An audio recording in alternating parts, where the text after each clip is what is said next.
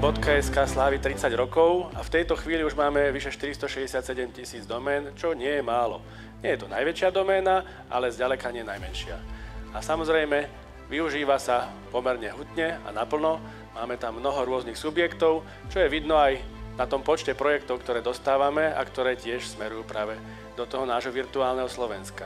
Tak sme podporili teda vyše 100 projektov a už viac ako 1 000 000 eur. Je veľa úspešných príbehov a my si ich sledujeme aj ďalej. Ja tu vidím aj známe tváre a vidím tu aj nové tváre. Sám som zvedavý, čo nám táto výzva priniesla, lebo vždy sú tam také veci, ktoré ma veľmi prekvapia.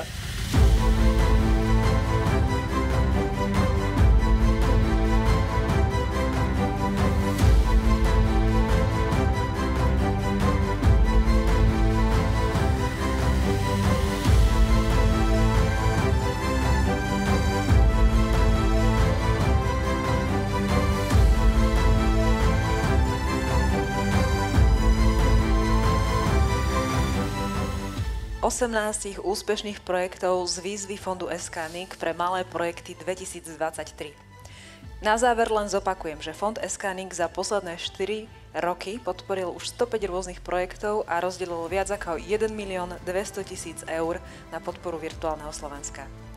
Najbližšia výzva bude spustená od 15. marca do 31. mája 2024 a bude to výzva pre veľké projekty.